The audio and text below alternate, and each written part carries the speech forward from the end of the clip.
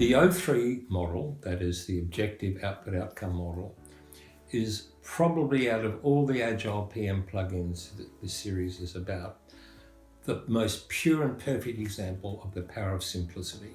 It involves 3 boxes. That's all. Not 5, not 12, 3. And probably the best way to show you the power of this model is to use an example. So, I'm a project manager. I've had my sponsor brief, as we talked about in the previous tutorials, with my sponsor. And I've asked that sponsor the question, what is the biggest change you want to see 6 to 12 months after this project is over? And the response from the sponsor is, Rob, we are losing key customers. We must retain these customers. We're losing revenue. So you've got there the outcome that the sponsor is looking for. You will be successful and the project will be successful when what you do leads to the retention of customers. So put a box, just draw a box on a piece of paper on a whiteboard. There's your box. Outcome to retain key customers. Step 1. Step 2 is you now work backwards. And you can do this with the sponsor or you can do this with your team. You need to do it with the stakeholders as well, of course. What are the changes to the organization's current situation that will directly lead to retaining those customers? And very quickly you'll come up with ideas such as we need a new product set to keep the existing customers excited. We need to upgrade the website because there's evidence the website sucks and customers don't like it, so they're leaving. So let's fix up the website. Let's look at the contact center and how we communicate. So there's 2 outputs there, updated or upskilled contact center, more client-centric, and a very, very clear set of comms around what we're doing and better comms with the customers. You may want to look at something like an advertising campaign. You'll need to look at decommissioning existing products slowly, which could also keep new customers or attract new customers as well as retaining the existing ones.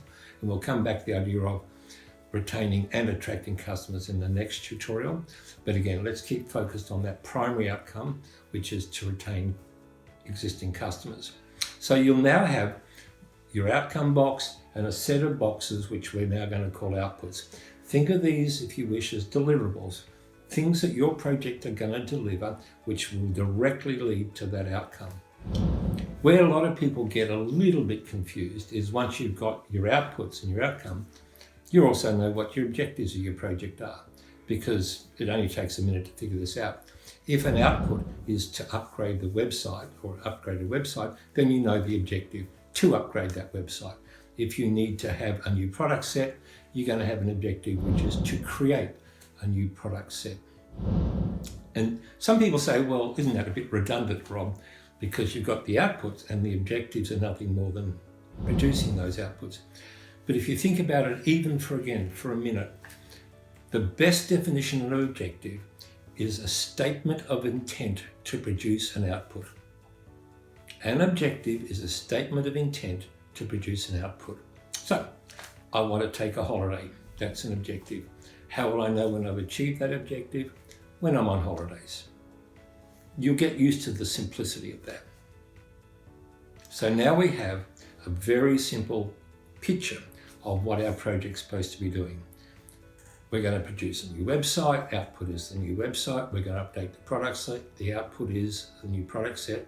We're going to upskill and change the contact center. The output is the contact center, and they all directly lead, and we'll talk about this in the next video, and we can prove this, to the fact that if we do all those outputs, produce them, that'll lead directly to the outcome.